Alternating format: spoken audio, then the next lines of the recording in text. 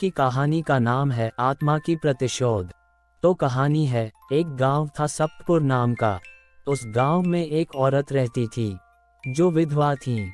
उसकी पति का मौत फैक्ट्री में काम करते वक्त करंट के शक लगने से हुई थी। उसके बाद वो औरत उसी फैक्ट्री में काम करने लगती है अपने पति की जगह। उसकी एक 12 साल की बेटी थी, वो बहुत सुंदर थी। वो औरत बहुत मेहनत करके फैक्ट्री में काम करते थे अपने बेटी की अच्छी परवरिश के लिए।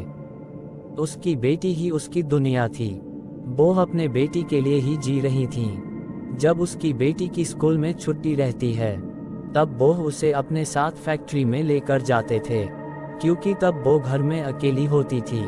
लेकिन फैक्ट्री में जो मैनेजर था उसका नीयत ठीक नहीं था। वो गंदी नज़र से उसकी तरफ देखता था, लेकिन उस औरत के पास और कोई रास्ता नहीं था, वो मजबूर थी। और एक दिन ऐसी घटना घटी जब वो लड़की अपनी माँ के साथ फैक्ट्री में आई हुई थी।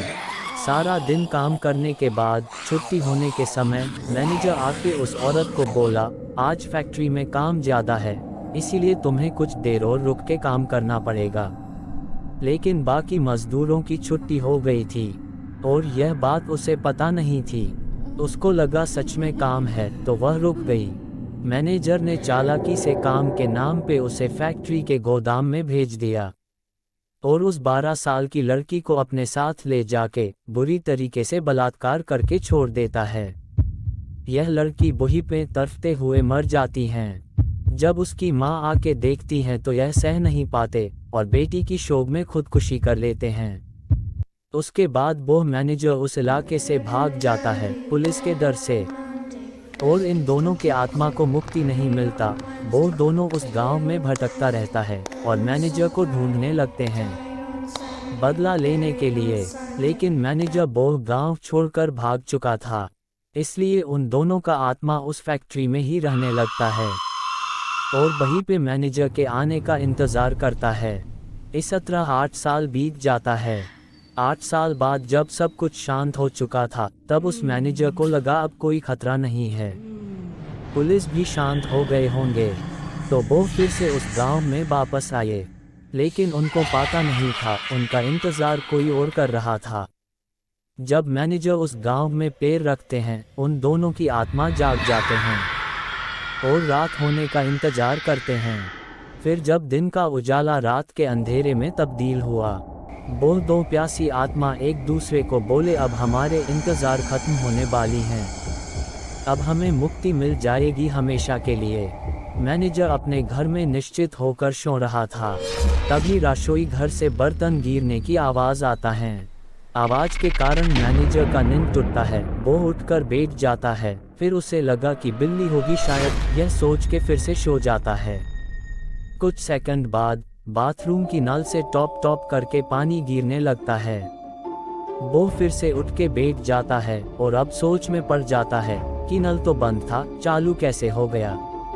फिर यह उठ के धीरे धीरे बाथरूम में जाता है, नल को अच्छी तरह से बंद करके वापस जाने लगता है।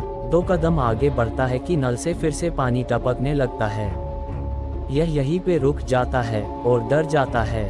पीछे मुड़ के देखने का हिम्मत नहीं हो रहा था। यह तिरछी आंखों से पीछे की तरफ देखता है, लेकिन नल के पास जाने का साहस नहीं होता।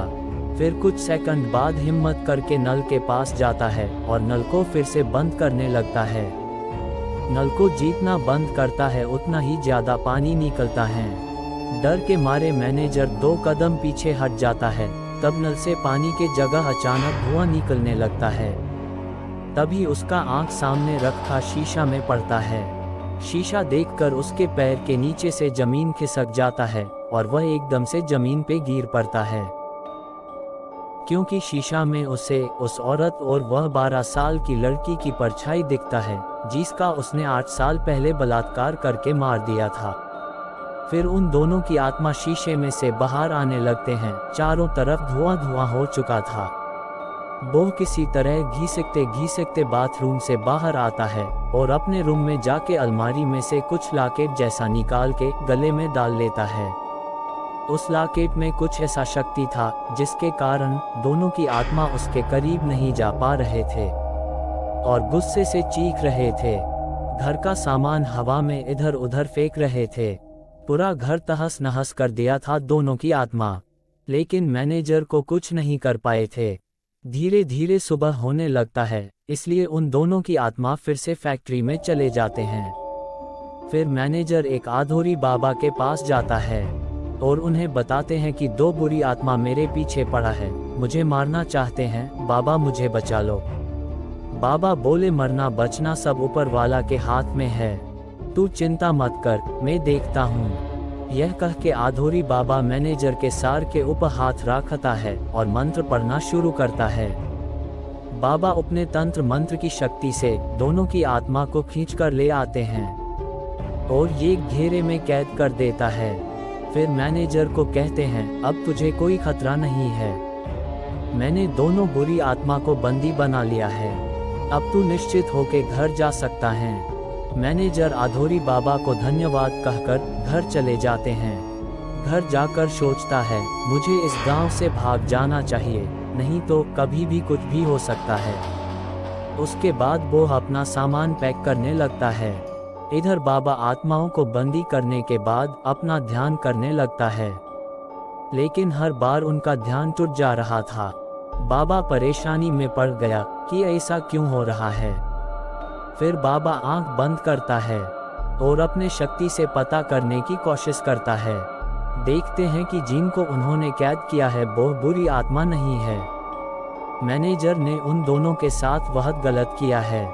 यह बात बाबा को जैसे ही पता लगता है, उन्हें गुस्सा आ जाता है और वह उन दोनों की आत्मा को मुक्त कर देते हैं और उन्हें अपने से कुछ शक्ति देता है ताकि मैनेजर के पास जो लॉकेट है उससे उभर सके।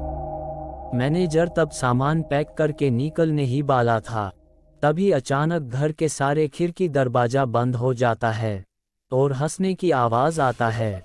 मैनेजर के हाथ से सूटकेस गिर जाता है, वह दरवाजे के पास भागता है और खोलने की कोशिश करता है, लेकिन नाकाम हो जाता है। तभी पीछे से आवाज़ आता है कोई फ़ायदा नहीं, अब मैनेजर समझ चुका था मैं मरने वाला हूँ, इसलिए वो बचने की कोशिश करना बंद कर देते हैं और खुद को उन आत्माओं के हवाले कर देता है। आत्मा उसे उसी फैक्ट्री में ले जाता है जहां से कहानी शुरू हुई थी। मैनेजर को सब कुछ आंखों के सामने दिखाई देता है, जो कुछ भी उसने 8 साल पहले उन दोनों के साथ किया था। उसके आंखों से अंशु निकल आता है। वो उन आत्माओं से कहते हैं मैं तुम्हारे गुनहगार हूँ, मैंने बहुत घिनौनी हरकत किया है तुम्हारे साथ, मुझे मार डालो। लेकिन उस औरत की आत्मा कहते हैं मैं तुम्हें मारने नहीं आई हूँ, मुझे बस तुम्हें तुम्हारे गलती की एहसास दिलानी थी। अब मेरा इंतज़ार ख़त्म हुआ, तुम अपने करतूत पर शर्मिंदा हो। ये कह के दोनों की आत्मा गायब हो जाता है। मैनेजर उस आत्मा की बात सुनकर खुद को माफ़ नहीं कर पाता। उसके बाद वो संन्यास ले लेता है। कहानी अच्छा लगा है तो लाइक, कमेंट और चैनल को सब्सक्राइब कर लेना प्लीज़।